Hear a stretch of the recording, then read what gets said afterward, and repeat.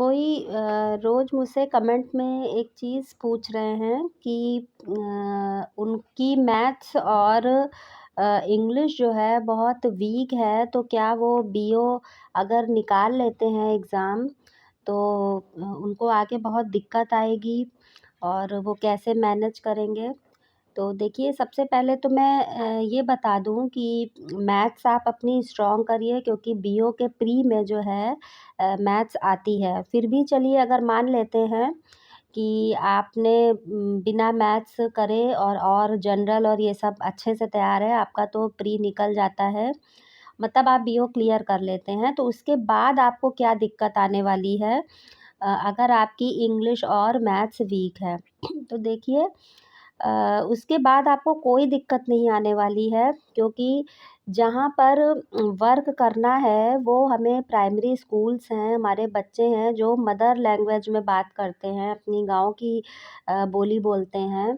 तो हमें उनसे जो है इंटरैक्ट करना है, टीचर्स से इंटरैक्ट करना है, हमें किसी अंग्रेज़ों से तो इंटरैक्ट करना नहीं है।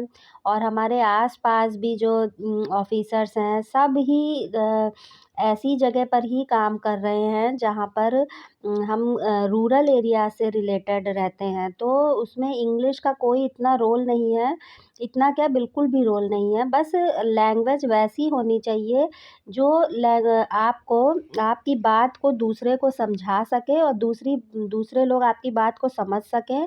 मतलब एक मीडियम जो है आपका, एक हेल्दी मीडियम होना चाहिए बात करने के लिए। ऐसा ना हो कि आप हिंदी ही ऐसी बोलें कि आप या कुछ बोलें जो लोग समझ ही ना पाएँ।